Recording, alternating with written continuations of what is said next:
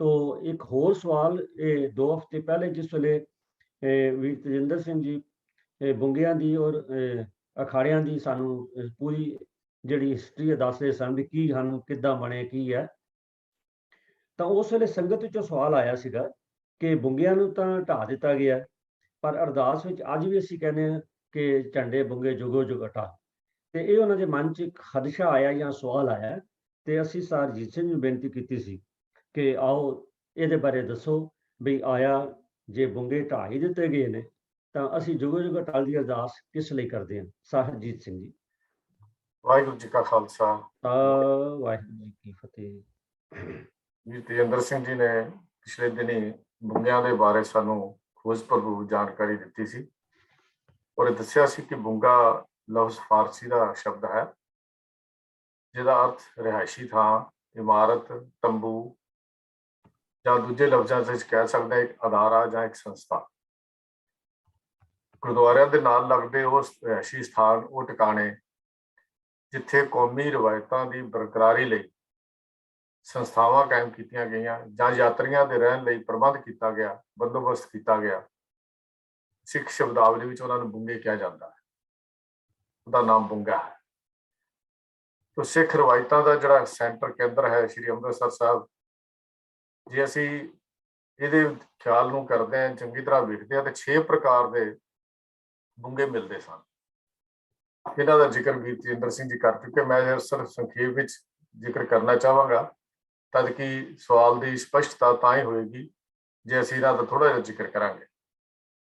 ਪਹਿਲਾਂ ਗਿਆਨੀਆਂ ਦਾ ਬੁੰਗਾ ਮਿਲਦਾ ਸੀ, ਜਿੱਥੇ ਗੁਰਬਾਣੀ, ਇਹ ਬੁੰਗੇ ਗੁਰਬਾਣੀ ਅਧਿਆਂ ਦੇ ਬੁੰਗੇ ਸਨ। ਗੁਰਮੁਖੀ ਅੱਖਰਾਂ ਦਾ ਅੱਖਰ ਬੋਧ ਇੱਥੇ ਕਰਾਇਆ ਜਾਂਦਾ ਸੀ, ਗੁਰਬਾਣੀ ਦਾ ਪਾਠ ਸਿਖਾਇਆ ਜਾਂਦਾ ਸੀ, ਸ਼ੁੱਧ ਪਾਠ ਕਰਨਾ ਦੱਸਿਆ ਜਾਂਦਾ ਸੀ, ਹੁਕਮ ਕਿਵੇਂ ਲੈਣਾ ਹੈ, ਰਹਾਉ ਨੂੰ ਟੇਕ ਕਿਵੇਂ ਬਣਾਉਣਾ ਹੈ, ਗੁਰਬਾਣੀ ਦਾ ਅਰਥ ਬੋਧ ਤੇ ਗੁਰਬਾਣੀ ਸ਼ਬਦ ਦਾ ਰਹੱਸ ਜਿਹੜਾ ਸੀ, ਉਹਨੂੰ ਖੋਲ ਕੇ ਸਮਝਾਇਆ ਜਾਂਦਾ ਸੀ। ਇਹਨਾਂ ਬੁੰਗਿਆਂ ਦੇ ਵਿੱਚ ਹੀ ਗ੍ਰੰਥੀ ਸਾਹਿਬਾਂ ਦੀ ਸਿਖਲਾਈ ਕੀਤੀ ਜਾਂਦੀ ਸੀ। ਇਹ ਵਿਦਵਤਾ ਵਾਲੇ, ਉੱਚੇ ਸੁੱਚੇ, ਆਚਰਨ ਵਾਲੇ ਗੁਰੂ ਸਾਹਿਬ ਦੇ ਵਜ਼ੀਰ ਹੋਣ ਦਾ ਜਿਹੜਾ ਫਰਜ਼ ਹੈ ਉਹ ਸਮਝ ਸਕਣ ਤੇ ਉਹਨੂੰ ਗੰਭੀਰਤਾ ਦੇ ਨਾਲ ਨਿਭਾ ਸਕਣ। ਛਾਪਾਖਾਨਾ ਚੱਲਣ ਤੋਂ ਪਹਿਲਾਂ, ਜਦੋਂ ਛਾਪੇਖਾਨੇ ਨਹੀਂ ਸੀ ਚੱਲੇ, ਇਹਨਾਂ ਬੁੰਗਿਆਂ ਵਿੱਚ ਗੁਰਬਾਣੀ ਦੀਆਂ ਪੋਥੀਆਂ ਲਿਖਣ ਲਈ ਲਿਖਾਰੀਆਂ ਦੀ ਤਿਆਰੀ ਵੀ ਕਰਵਾਈ ਜਾਂਦੀ ਸੀ। ਇਹਨਾਂ ਬੁੰਗਿਆਂ ਦੇ ਵਿੱਚ ਜਿਹੜੇ ਗਿਆਨੀਆਂ ਦੇ ਬੁੰਗੇ ਸਨ, ਤਾਂ ਗਿਆਨੀਆਂ ਦੇ ਬੁੰਗਿਆਂ ਦੇ ਵਿੱਚ ਜਿਹੜੇ ਪ੍ਰਸਿੱਧ ਬੁੰਗੇ ਜਿਹੜੇ ਇਤਿਹਾਸ ਦੇ ਵਿੱਚ ਨਾਂ ਆਉਂਦੇ ਹਨ, ਉਹ ਜਿਹਨਾਂ ਦਾ ਜ਼ਿਕਰ ਕਰਦੇ ਹਨ ਅੱਜ ਭਾਈ ਗੁਰਦਾਸ ਜੀ, ਭਾਈ ਰਾਮ ਸਿੰਘ ਜੀ, ਭਾਈ ਜੋਗਾ ਸਿੰਘ ਜੀ, ਭਾਈ ਜੱਸਾ ਸਿੰਘ ਜੀ, ਭਾਈ ਕਾਹਨ ਸਿੰਘ ਜੀ ਨਾਭਾ, ਡਾਕਟਰ ਭਾਈ ਅਭੈ ਸਿੰਘ ਜੀ, ਇਹਨਾਂ ਦੇ ਬੁੰਗੇ ਸ਼ਾਮਲ ਸਨ। ਔਰ ਭਾਈ ਸਾਹਿਬ ਬੁੰਗਾ, ਭਾਈ ਸਾਹਿਬਾਨ ਕੈਂਥਰ ਵੀ ਇਹਨਾਂ ਦੇ ਬੁੰਗਿਆਂ ਦੇ ਵਿੱਚ ਹੀ ਗਿਣਿਆ ਜਾਂਦਾ ਸੀ, ਜਿਹੜਾ ਗਿਆਨੀਆਂ ਦਾ ਬੁੰਗਾ ਸੀ। ਇਹ ਗਿਆਨੀਆਂ ਦੇ ਬੁੰਗਿਆਂ ਦੇ ਜਿਹੜੀ ਮਹਾਨ ਦੂਜਾ ਸੀ ਰਾਗੀਆਂ ਦਾ ਬੁੰਗਾ, ਜਿੱਥੇ ਕੀਰਤਨ ਦੀ ਸਿਖਲਾਈ ਕਰਾਈ ਜਾਂਦੀ ਸੀ। ਗੁਰਮਤਿ ਰਾਗਾਂ ਦਾ ਗਿਆਨ, ਪੁਰਾਣੀਆਂ ਰੀਤਾਂ ਦੀ ਸੰਭਾਲ, ਗੁਰੂ ਆਦੇਸ਼ਾਂ ਅਨੁਸਾਰ ਕੀਰਤਨ ਦੀ ਗਾਇਕੀ ਇਹਨਾਂ ਬੁੰਗਿਆਂ ਦਾ ਮੁੱਖ ਕੰਮ ਸੀ।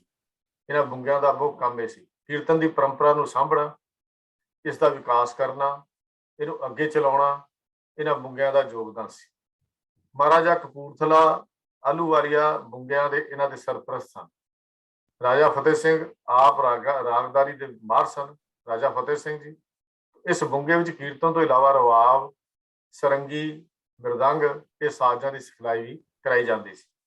ਇਹਨਾਂ ਬੁੰਗਿਆਂ ਦੇ ਵਿੱਚ ਜਿਹੜਾ ਰਾਗੀਆਂ ਦੇ ਬੁੰਗੇ ਸਨ, ਬੁੰਗਾ ਭਾਈ ਕਾਹਨ ਸਿੰਘ, ਬੁੰਗਾ ਚੜ੍ਹਤ ਸਿੰਘ, ਬੁੰਗਾ ਧਨਪਤ ਸਿੰਘ, ਬੁੰਗਾ ਅਮਰ ਸਿੰਘ, ਬੁੰਗਾ ਹੀਰਾ ਸਿੰਘ, ਆਹਲੂਵਾਲੀਆ ਦਾ ਬੁੰਗਾ, ਇਹ ਰਾਗ ਦੀ ਅਕੈਡਮੀ, ਕਿ ਦੂਜੇ ਲਫ਼ਜ਼ਾਂ 'ਚ ਇਹਨੂੰ ਰਾਗ ਦੀ ਅਕੈਡਮੀ ਕਿਹਾ ਜਾ ਸਕਦਾ ਹੈ, ਵੀ ਗੁਰਮਤਿ ਸੰਗੀਤ ਦੀ ਅਕੈਡਮੀ ਜਿਹੜੀ ਸਨ, ਇਹ ਬੁੰਗੇ ਸਨ। ਤੀਜਾ ਅਕਾਲੀਆਂ ਦੇ ਬੁੰਗੇ ਦਾ ਜ਼ਿਕਰ ਆਉਂਦਾ ਹੈ। ਇਹਨਾਂ ਬੁੰਗਿਆਂ ਵਿੱਚ ਸ਼ਸਤਰ ਆਦਿ ਦੀ ਸਿਖਲਾਈ ਕਰਾਈ ਜਾਂਦੀ ਸੀ। ਇਹਨਾਂ ਸਿੰਘਾਂ ਨੂੰ ਤਿਆਰ ਕਰਨ ਦੀਆਂ ਇਹ ਸੰਸਥਾਵਾਂ ਸਨ। ਇਹਨਾਂ ਨੂੰ ਅਕਾਲੀ ਵੀ ਕਿਹਾ ਜਾਂਦਾ ਸੀ। ਜਿਹੜਾ ਬੁੰਗਾ ਫੂਲਾ ਸਿੰਘ ਜੀ ਦਾ, ਬਾਬਾ ਫੂਲਾ ਸਿੰਘ ਜੀ ਦਾ ਹੈ, ਉਹ ਵੀ ਇਸੇ ਨਾਂ ਦੇ ਨਾਲ ਹੀ ਪ੍ਰਸਿੱਧ ਹੁੰਦਾ ਹੈ। ਇਹਨਾਂ ਨੂੰ ਨਿਹੰਗ ਸਿੰਘਾਂ ਦੀ ਛਾਉਣੀ ਵੀ ਕਿਹਾ ਜਾਂਦਾ ਸੀ।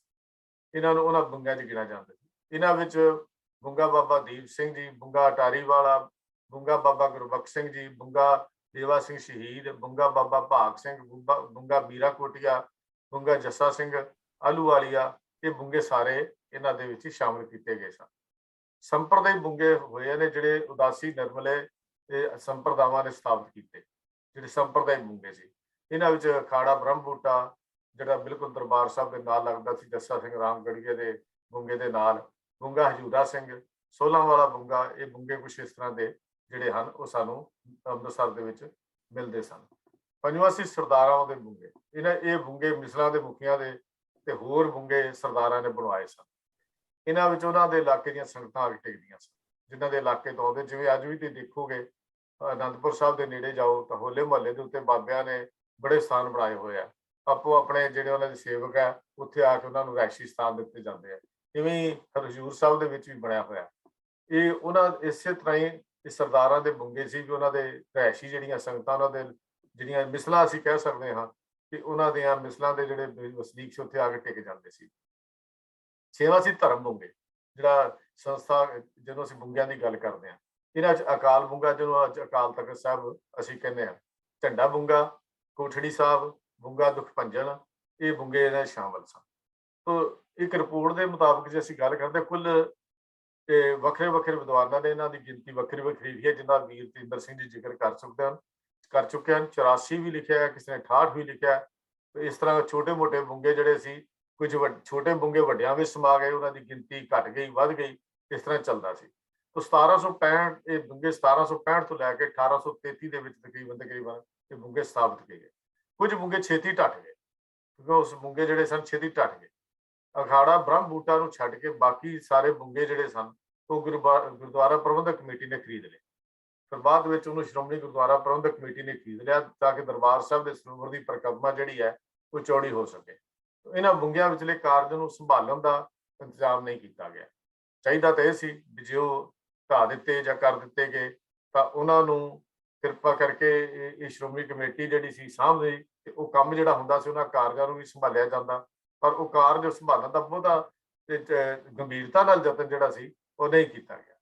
ਇਹਨਾਂ ਬੁੰਗਿਆਂ ਦੀ ਇੱਕ ਵੱਡੀ ਦੇਣ ਹੈ, ਵਿਦਿਅਕ ਦੇਣ ਵੀ ਹੈ, ਸੱਭਿਆਚਾਰਕ ਦੇਣ ਵੀ ਹੈ, ਸਾਹਿਤਕ ਦੇਣ ਵੀ ਹੈ, ਜਿਹੜੇ ਇਹ ਬੁੰਗੇ ਸਨ। ਇਹਨਾਂ ਵਿੱਚੋਂ ਹੀ ਇਹ 16 ਵਾਲੇ ਬੁੰਗੇ ਦੇ ਜਿਹੜੇ ਸੰਤ ਕਵੀ ਨਿਹਾਲ ਸਿੰਘ ਜਿਹੜੇ ਹੈ, ਜਿਨ੍ਹਾਂ ਦੀਆਂ ਕਵਿਤਾਵਾਂ ਬਹੁਤ ਕਮਾਲ ਦੀਆਂ ਹਨ, ਜਿਨ੍ਹਾਂ ਨੇ ਵੀ ਗੁਰੂ ਗ੍ਰੰਥ ਸਾਹਿਬ ਜੀ ਦੇ ਇਹ ਅਦਬ ਸਤਿਕਾਰ ਦੇ ਉੱਤੇ ਵੀ ਕਵਿਤਾ ਲਿਖੀਆਂ ਹਨ, ਜਿਨ੍ਹਾਂ ਨੇ ਇਹ ਵੀ ਗੱਲ ਲਿਖੀ ਹੈ, ਮੋਕੋ ਤੋਂ ਭਰੋਸਾ ਗੁਰੂ ਗ੍ਰੰਥ ਜੀ ਮਹਾਰਾਜ ਤੇ। ਕਵੀ ਨਿਹਾਲ ਸਿੰਘ ਦੀ ਕਵਿਤਾਵਾਂ ਬਹੁਤ ਪਿਆਰੀਆਂ ਕਵਿਤਾਵਾਂ ਹਨ ਜਿਹੜੀਆਂ ਉਹਨਾਂ ਨੇ ਲਿਖੀਆਂ। ਉਹ ਵੀ ਇੱਥੇ ਇਹਨਾਂ ਬੁੰਗਿਆਂ ਦੇ ਵਿੱਚੋਂ ਹੀ ਪੈਦਾ ਹੋਏ। ਇਹਨਾਂ ਬੁੰਗਿਆਂ ਦੇ ਵਿੱਚ ਉਹਨਾਂ ਦੇ ਬੁੰਗੇ ਵੀ ਜਿਹੜੇ ਸਨ ਇੱਥੇ ਸਨ, ਵਿਦਵਾਨਾਂ ਦੇ ਬੁੰਗੇ ਵੀ ਸਨ। ਔਰ ਇਹ ਬੁੰਗੇ ਇਹ ਕਹਿ ਸਕਦੇ ਹਾਂ ਕਿ ਸਿੱਖ ਰਵਾਇਤਾਂ ਦੇ ਜਿਹੜੇ ਸਨ ਉਹ ਸਾਨੂੰ ਸੰਦੇਸ਼ਾ ਦਿੰਦੇ ਸੀ। ਪਰ ਇਹਨਾਂ ਬੁੰਗਿਆਂ ਦੀ ਅਟਲਤਾ ਅਰਦਾਸ ਵਿੱਚ ਕਿਉਂ ਮੰਗੀ ਜਾਂਦੀ ਹੈ? ਬੁੰਗਿਆਂ ਦੀ ਅਟਲਤਾ ਜਾਂ ਜੁਗੋ ਜੁਗ ਅਟਲ ਕਹਿਣ ਦਾ ਮਤਲਬ ਇਹ ਇਮਾਰਤ ਜਾਂ ਹੋਰ ਚੀਜ਼ ਨਹੀਂ ਹੈ। ਜਿਹੜੀ ਗੱਲ ਸਾਨੂੰ ਦੇਖਣ ਦੀ ਲੋੜ ਹੈ ਕਿ ਬੁੰਗਿਆਂ ਦੇ ਚੌਂਕੀਆਂ, ਝੰਡੇ, ਬੁੰਗੇ ਜੁਗੋ ਜੁਗ ਅਟਲ ਅਸੀਂ ਗੱਲ ਕਰਦੇ ਹਾਂ। ਜਿਹੜੀ ਅਰਦਾਸ ਦਾ ਪਹਿਰਾ ਅਸੀਂ ਪੜ੍ਹਦੇ ਹਾਂ, ਸਿੱਖਾਂ ਨੂੰ ਸਿੱਖੀ ਦਾਨ, ਕੇਸ ਦਾਨ, ਰਹਿਤ ਦਾਨ, ਵਿਵੇਕ ਦਾਨ, ਵਿਸਾਹ ਦਾਨ, ਭਰੋਸਾ ਦਾਨ, ਦਾਨਾ ਸਿਰ ਦਾਨ, ਨਾਮ ਦਾਨ, ਸ੍ਰੀ ਅੰਮ੍ਰਿਤ ਸਾਹਿਬ ਦੇ ਇਸ਼ਨਾਨ, ਚੌਂਕੀਆਂ, ਝੰਡੇ, ਬੁੰਗੇ ਜੁਗੋ ਜੁਗ ਅਟਲ, ਧਰਮ ਕਾ ਜੈਕਾਰ। ਇੱਥੇ ਜੁਗੋ ਜੁਗ ਅਟਲ ਦਾ ਮਤਲਬ ਕੋਈ ਇਮਾਰਤਾਂ ਜਾਂ ਹੋਰ ਚੀਜ਼ਾਂ ਦੀ ਗੱਲ ਨਹੀਂ ਕੀਤੀ।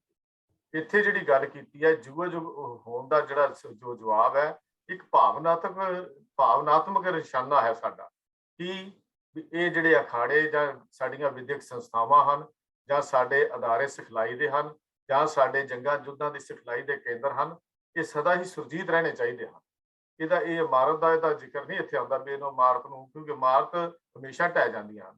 ਸੰਸਾਰ ਦੇ ਵਿੱਚ ਕੇਵਲ ਤਾਂ ਕੇਵਲ ਜੁਗੋ ਜੁਗ ਅਟਲ ਰਹਿਣ ਵਾਲੀ ਹਸਤੀ ਅਕਾਲ ਪੁਰਖ ਵਾਹਿਗੁਰੂ ਜਾਂ ਗੁਰੂ ਸਾਹਿਬਾਨ, ਜਿਨ੍ਹਾਂ ਦੀ ਸਿੱਖਿਆ ਜੁਗੋ ਜੁਗ ਅਟਲ ਰਹਿਣ ਵਾਲੀ ਹੈ। ਇਸ ਤੋਂ ਇਲਾਵਾ ਹੋਰ ਕੋਈ ਹਸਤੀ ਐਸੀ ਨਹੀਂ ਹੈ ਜਿਹੜੀ ਸਦੀਵੀ ਜਿਹੜੀ ਉਹ ਰਹਿ ਸਕੇ। ਇਸ ਵਾਸਤੇ ਇੱਕ ਭਾਵਨਾਤਮਕ ਸੰਦੇਸ਼ ਸਾਨੂੰ ਦਿੰਦੇ ਨੇ ਕਿ ਇਹਨਾਂ ਦੇ ਅੰਦਰ ਜੋ ਕੰਮ ਹੁੰਦੇ ਸੀ ਉਹ ਬੁੰਗਿਆਂ ਦੇ ਵਿੱਚ ਉਸ ਕੰਮਾਂ ਨੂੰ ਕੌਮ ਸੰਭਾਲ ਕੇ ਰੱਖੇ। ਠੀਕ ਹੈ, ਅੱਜ ਅਸੀਂ ਉਹਨੂੰ ਨਹੀਂ ਸੰਭਾਲ ਸਕੇ, ਸਾਡੇ ਅੰਦਰ ਕਮਜ਼ੋਰੀਆਂ ਆ ਗਈਆਂ, ਕੀਰਤਨ ਦੀ ਸਿਖਲਾਈ ਅਸੀਂ ਉਸ ਢੰਗ ਨਾਲ ਨਹੀਂ ਕਰਾ ਸਕੇ। ਅੱਜ ਸਾਡੇ ਕੋਲ ਉਹ ਜੋ ਉਹਨਾਂ ਬੁੰਗਿਆਂ ਵਿੱਚ ਸਿੱਖਿਆ ਦਿੱਤੀ ਜਾਂਦੀ ਸੀ ਉਹ ਸਿਖਲਾਈ ਨਹੀਂ ਹੈ। ਇਸੇ ਕਰਕੇ ਕੀਰਤਨ ਦਾ ਮਿਆਰ ਜਿਹੜਾ ਹੈ ਉਹ ਵੀ ਦਿਨ ਬ ਦਿਨ ਥੱਲੇ ਨੂੰ ਜਾਂਦਾ ਕਿਉਂ ਜਾਂਦਾ? ਕਿ ਉਹਨਾਂ ਦੀ ਸਿਖਲਾਈ ਉਸ ਮੁਤਾਬਕ ਨਹੀਂ ਹੋਈ ਜਿਹੜੀ ਹੁੰਦੀ ਸੀ। ਤਾਂ ਇੱਥੇ ਜੁਗੋ ਜੁਗ ਅਟਲ ਦਾ ਮਤਲਬ ਹੈ ਉਹ ਸਿਧਾਂਤ, ਉਹ ਚੀਜ਼ਾਂ, ਉਹ ਗੁਰਬਾਣੀ, ਉਹ ਇਤਿਹਾਸ ਤੇ ਉਹ ਸਾਡੀਆਂ ਪਰੰਪਰਾਵਾਂ ਜਿਹੜੀਆਂ ਹਨ ਉਹ ਸਦਾ ਕਾਇਮ ਰਹਿਣੀਆਂ ਚਾਹੀਦੀਆਂ ਹਨ, ਜਿੱਥੋਂ ਸਿੱਖ ਸਿੱਖੀ ਸਿੱਖ ਸਕੇ, ਸਿੱਖ ਸਿੱਖੀ ਦੀ ਗੱਲ ਕਰ ਸਕੇ, ਸਿੱਖ ਸਿੱਖੀ ਦੇ ਕੇਂਦਰਾਂ ਨੂੰ ਯਾਦ ਕਰਦਾ ਰਹੇ ਤੇ ਆਪਣੇ ਕੇਂਦਰ ਦਰਬਾਰ ਸਾਹਿਬ ਦੇ ਨਾਲ ਜੁੜਿਆ ਰਹੇ ਔਰ ਇੱਥੋਂ ਸਦਾ ਹੀ ਆਪਣੇ ਅੰਦਰ ਦੀ ਠੰਡ ਜਿਹੜੀ ਹੈ ਉਹ ਲੈਂਦਾ ਰਹੇ। ਇਹ ਜੁਗੋ ਜੁਗਟਲ ਰਹਿਣ ਦਾ ਮਕਸਦ ਇਹ ਹੈ, ਕਿਸੇ ਇਮਾਰਤ ਜਾਂ ਹੋਰ ਚੀਜ਼ ਦੇ ਨਾਲ ਇਹਦਾ ਕੋਈ ਸੰਬੰਧ ਨਹੀਂ ਹੈ। ਇੱਕ ਭਾਵਨਾਤਮਕ ਪ੍ਰਗਟਾਵਾ ਹੈ ਸਾਡਾ, ਜੋ ਅਰਦਾਸ ਹੈ ਜਿਹਦੀ ਮੰਗ ਅਸੀਂ ਰੋਜ਼ ਕਰਦੇ ਹਾਂ ਕਿ ਸਾਡੇ ਉਹ ਸਿਧਾਂਤ ਕਾਇਮ ਰਹਿਣੇ ਚਾਹੀਦੇ ਹਨ, ਜੁਗੋ ਜੁਗਟਲ ਤਾਂ ਹਰ ਸਮੇਂ ਕਾਇਮ ਰਹਿਣੇ ਚਾਹੀਦੇ ਹਨ, ਜਿਨ੍ਹਾਂ ਤੋਂ ਅਸੀਂ ਸਿੱਖੀ ਸਿੱਖ ਕੇ ਦੂਜਿਆਂ ਨੂੰ ਵੰਡਦੇ ਰਹੇ ਹਾਂ ਜੀ। ਹੋਈਆਂ ਭੁੱਲਾਂ ਚੁੱਕਾਂ ਦੀ ਖਿਮਾ ਜੀ। ਵਾਹਿਗੁਰੂ ਜੀ ਕਾ ਖਾਲਸਾ, ਵਾਹਿਗੁਰੂ ਜੀ ਕੀ ਫਤਿਹ। ਭਾਵਨਾਤਮਕ ਸੰਬੰਧ ਜਿਹੜਾ ਹੈ ਉਹ ਸਾਡਾ ਬਣਿਆ ਰਹੇ, ਬੜੀ ਪਤੇ ਦੀ ਗੱਲ ਕਹੀ ਹੈ। ਤੋ ਸਾਧ ਸੰਗਤ ਜੀ, ਮੈਂ ਬੇਨਤੀ ਕਰਦੇ ਹਾਂ ਕਿ ਸਾਡੀ ਵਿਰਾਸਤ ਬਹੁਤ ਅਮੀਰ ਹੈ। ਉਹਦਾ ਕਾਰਨ ਇਹ ਹੈ ਕਿ ਗੁਰੂ ਸਾਹਿਬਾਨ ਨੇ ਕੇਵਲ ਧਾਰਮਿਕ ਰਸਮਾਂ ਨਹੀਂ ਕੀਤੀਆਂ। ਤੇ ਜਿਸ ਤਰ੍ਹਾਂ ਕਿ ਅਸੀਂ ਦੇਖਦੇ ਹਾਂ ਕਿ ਬਹੁਤ ਸਾਰੇ ਮਤਾਂ ਵਿੱਚ ਧਾਰਮਿਕ ਰਸਮਾਂ ਤੱਕ ਸੀਮਤ ਹੁੰਦੇ। ਗੁਰੂ ਸਾਹਿਬਾਨ ਨੇ ਧਾਰਮਿਕ ਰਸਮਾਂ ਤੱਕ ਸੀਮਤ ਨਹੀਂ ਰੱਖਿਆ ਕੰਮ। ਉਹਨਾਂ ਨੇ ਤੇ ਐਸੇ ਕੰਮ ਕੀਤੇ ਨੇ, ਜੇ ਆਪਾਂ ਗਿਣਨੇ ਸ਼ੁਰੂ ਕਰੀਏ, ਗੁਰੂ ਨਾਨਕ ਸਾਹਿਬ ਸੱਚੇ ਪਾਤਸ਼ਾਹ ਜੀ ਨੇ ਲੰਗਰ ਪ੍ਰਥਾ ਚਾਲੂ ਕੀਤੀ, ਜਿਹਦੇ ਨਾਲ ਊਚ ਨੀਚ ਦਾ ਗੱਲ ਖਤਮ ਹੋ ਜਾਏ, ਗਰੀਬ ਅਮੀਰ ਦੀ ਗੱਲ ਖਤਮ ਹੋ ਜਾਏ। ਜਿਸ ਸੋਸ਼ਲਿਸਟਿਕ ਪੈਟਰਨ ਨੂੰ ਅੱਜ ਲੋਕੀ ਕਹਿੰਦੇ ਨੇ, ਉਹਦਾ ਤਾਂ ਫਾਊਂਡਰ ਗੁਰੂ ਨਾਨਕ ਪਾਤਸ਼ਾਹ ਆਪ ਹੈ। ਜੇ ਦੂਜੇ ਪਾਤਸ਼ਾਹ ਨੇ ਤੁਸੀਂ ਦੇਖੋ ਮਲ ਖਾੜੇ ਰਚੇ ਔਰ ਵਿਦਿਆ ਦਾ ਪ੍ਰਸਾਰ ਕੀਤਾ, ਮਤਲਬ ਸਿਹਤ ਪੱਖੋਂ ਵੀ ਤੇ ਵਿਦਿਆ ਪੱਖੋਂ ਵੀ। ਇਹ ਗੁਰੂ ਅੰਗਦ ਸਾਹਿਬ ਸੱਚੇ ਪਾਤਸ਼ਾਹ ਦੀ, ਗੁਰੂ ਅਮਰਦਾਸ ਸੱਚੇ ਪਾਤਸ਼ਾਹ ਨੇ ਵੀ ਬੋਲੀ ਰਚ ਕੇ, ਕਿਉਂਕਿ ਲੋਕਾਂ ਦੇ ਮਨ 'ਚ ਵਹਿਮ ਸੀਗਾ ਬਈ ਚੱਲਦਾ ਪਾਣੀ ਜਿਹੜਾ ਉਹ ਪਿੱਟਦਾ ਨਹੀਂ ਤੇ ਖੜਾ ਪਿੱਟ ਜਾਂਦਾ, ਤੇ ਮਹਾਰਾਜ ਕੋਈ ਗੱਲ ਨਹੀਂ, ਤੁਹਾਨੂੰ ਮੈਂ ਖੜੇ ਪਾਣੀ ਵਿੱਚ ਝੁੱਬੀਆਂ ਲਵਾਵਾਂਗਾ, ਔਰ ਅੱਜ ਤੱਕ ਲੱਗ ਰਹੀਆਂ ਨੇ। ਤਾਂ ਮੇਰੇ ਕਹਿਣ ਦਾ ਮਤਲਬ ਹੈ, ਗੁਰੂ ਰਾਮਦਾਸ ਸੱਚੇ ਪਾਤਸ਼ਾਹ, ਗੁਰੂ ਅਰਜਨ ਸਾਹਿਬ ਸੱਚੇ ਪਾਤਸ਼ਾਹ ਜੀ ਨੇ, ਤੁਸੀਂ ਦੇਖੋ ਜਿਹੜੀ ਅੰਮ੍ਰਿਤਸਰ ਸਾਹਿਬ ਦੀ ਰਚਨਾ ਹੈ, ਉਹ ਸ਼ਹਿਰ ਹੀ ਜਿਹੜਾ 52 ਕਿੱਤਿਆਂ ਵਾਲਾ ਸ਼ਹਿਰ ਬਣਾਇਆ। ਭਾਵ ਇਹ ਹੈ ਕਿ ਦੂਰ ਦੁਰਾਡੇ ਤੋਂ ਲੋਕਾਂ ਨੂੰ ਲਿਆ ਕੇ ਉਹਨਾਂ ਨੂੰ ਰੁਜ਼ਗਾਰ ਵੀ ਦਿੱਤਾ, ਉਹਨਾਂ ਨੂੰ ਰਿਹਾਇਸ਼ ਵੀ ਦਿੱਤੀ, ਔਰ ਨਾਲ ਇਤਿਹਾਸ 'ਚ ਆਉਂਦਾ ਕਿ ਉਹਨਾਂ ਨੇ ਇਹ ਵੀ ਕਿਹਾ, ਜਿੰਨਾ ਚਿਰ ਤੁਹਾਡੇ ਕੰਮ ਕਰਨੇ ਚੱਲਦੇ, ਤੁਹਾਡਾ ਲੰਗਰ ਪਾਣੀ ਗੁਰੂ ਘਰ 'ਚ। ਇੱਕ ਬੜਾ ਵੱਡਾ ਇੱਕ ਹਰ ਜ਼ਿੰਦਗੀ ਦੇ ਹਰ ਖੇਤਰ 'ਚ ਕ੍ਰਾਂਤੀ ਲਿਆਉਣ ਵਾਲਾ ਇਹ ਸਾਡਾ ਸਮਾਜ ਹੈ, ਸਾਡੇ ਗੁਰੂ ਸਾਹਿਬਾਨ ਨੇ ਪਰਉਪਕਾਰ ਕੀਤਾ। ਸਾਨੂੰ ਸ਼ਾਇਦ ਪੂਰੀ ਤਰ੍ਹਾਂ ਯਾਦ ਨਹੀਂ ਹੈ, ਸਾਨੂੰ ਉਹ ਜਿਹੜੇ ਗੁਰੂ ਸਾਹਿਬਾਨ ਨੇ ਕੰਮ ਕੀਤੇ ਨੇ, ਸਾਨੂੰ ਹਰ ਕੰਮ ਨੂੰ ਅੱਗੇ ਵਧਾਉਣਾ ਚਾਹੀਦਾ। ਤਾਂ ਇਸੇ ਤਰ੍ਹਾਂ ਜਿਹੜੀ ਅੱਜ ਝੰਡਿਆਂ ਬੁੱਗਿਆਂ ਦੀ ਗੱਲ ਚੱਲੀ ਹੈ, ਸਾਧ ਸੰਗਤ ਜੀ, ਮੈਂ ਬੇਨਤੀ ਕੀਤੀ ਹੈ ਕਿ ਸਾਡੀ ਵਿਰਾਸਤ ਬਹੁਤ ਅਮੀਰ ਹੈ, ਪਰ ਸਾਡੇ 'ਚ ਇੱਕ ਕਮੀ ਇਹ ਹੈ ਕਿ ਅਸੀਂ ਆਪਣੀ ਵਿਰਾਸਤੀ ਨਿਸ਼ਾਨੀਆਂ ਹੀ ਖਤਮ ਕਰ ਦਿੱਤੀਆਂ। ਕਿੱਥੇ ਗਏ ਬੜੇ ਜਿੱਥੇ ਕਾਰਨਾਮੇ ਹੋਏ ਨੇ, ਉੱਥੇ ਉਹ ਇੱਟਾਂ ਨਹੀਂ ਲੱਭਦੀਆਂ, ਉਹ ਜਗ੍ਹਾ ਨਹੀਂ ਲੱਭਦੀ, ਉਹ ਸੀਨ ਸਾਡੇ ਸਾਹਮਣੇ ਨਹੀਂ ਆ ਸਕਦਾ, ਕਿਉਂਕਿ ਸਾਰਿਆਂ ਨੂੰ ਕਿਤੇ ਤਾਂ ਸੰਗਮਰਮਰ ਨਾਲ, ਕਿਤੇ ਸੋਨੇ ਨਾਲ ਢੱਕ ਦਿੱਤਾ। ਜਿਹੜੀਆਂ ਚੀਜ਼ਾਂ ਸਾਨੂੰ ਸਾਂਭ ਕੇ ਰੱਖਣੀਆਂ ਚਾਹੀਦੀਆਂ ਸਨ, ਈਵਨ ਇੱਥੋਂ ਤੱਕ ਕਿ ਜਿਸ ਵੇਲੇ ਦਰਬਾਰ ਸਾਹਿਬ ਸ੍ਰੀ ਅੰਮ੍ਰਿਤਸਰ ਦੇ ਉੱਥੇ ਜਿਸ ਵੇਲੇ ਗੋਲੀਆਂ ਲੱਗੀਆਂ ਨੇ, ਉਹ ਗੋਲੀਆਂ ਦੇ ਛੇਕ ਵੀ ਤੁਹਾਨੂੰ ਨਹੀਂ ਲੱਭਦੇ। ਅਕਾਲ ਤਖਤ ਸਾਹਿਬ ਨੂੰ ਜਿਸ ਤਰ੍ਹਾਂ ਢਹਿ ਢੇਰੀ ਕੀਤਾ ਗਿਆ, ਉਹ ਮੁੜ ਕੇ ਇੱਕਦਮ ਸਰਕਾਰ ਨੇ ਉਸਾਰ ਦਿੱਤਾ, ਅਸੀਂ ਵੀ ਨਾਲ ਲੱਗ ਪਏ ਹਾਂ। ਤਾਂ ਸਾਨੂੰ ਵਿਰਾਸਤ ਬਹੁਤ ਅਮੀਰ ਮਿਲੀ ਹੈ, ਪਰ ਸਾਨੂੰ ਸਤਿਗੁਰੂ ਕਿਰਪਾ ਕਰਨ ਸੋਝੀ ਆਵੇ ਕਿ ਵਿਰਾਸਤ ਨੂੰ ਸਾਂਭ ਕੇ ਵੀ ਰੱਖੀਏ।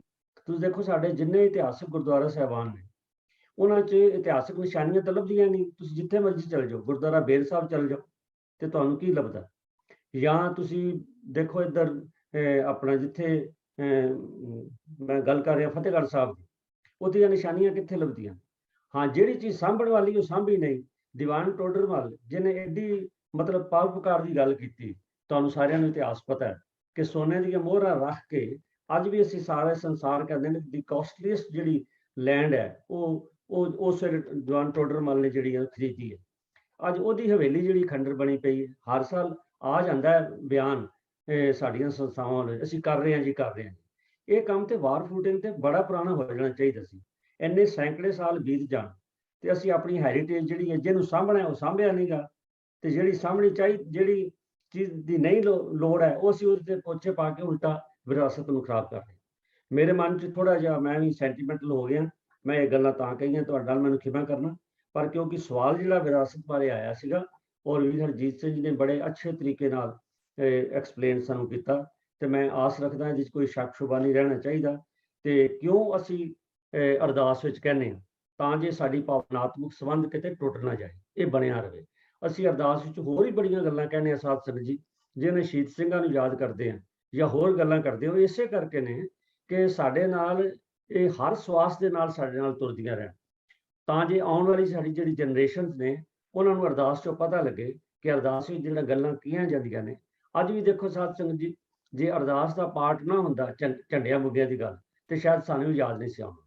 ਇਹ ਅਰਦਾਸ ਦਾ ਪਾਠ ਹੈ ਕਿ ਅੱਜ ਇਹਦਾ ਸਵਾਲ ਵੀ ਆਇਆ ਹੈ ਔਰ ਅਸੀਂ ਜਵਾਬ ਵੀ ਲੱਭਿਆ, ਆਪ ਨਾਲ ਸਾਂਝੀ ਕਰ ਰਹੇ ਹਾਂ।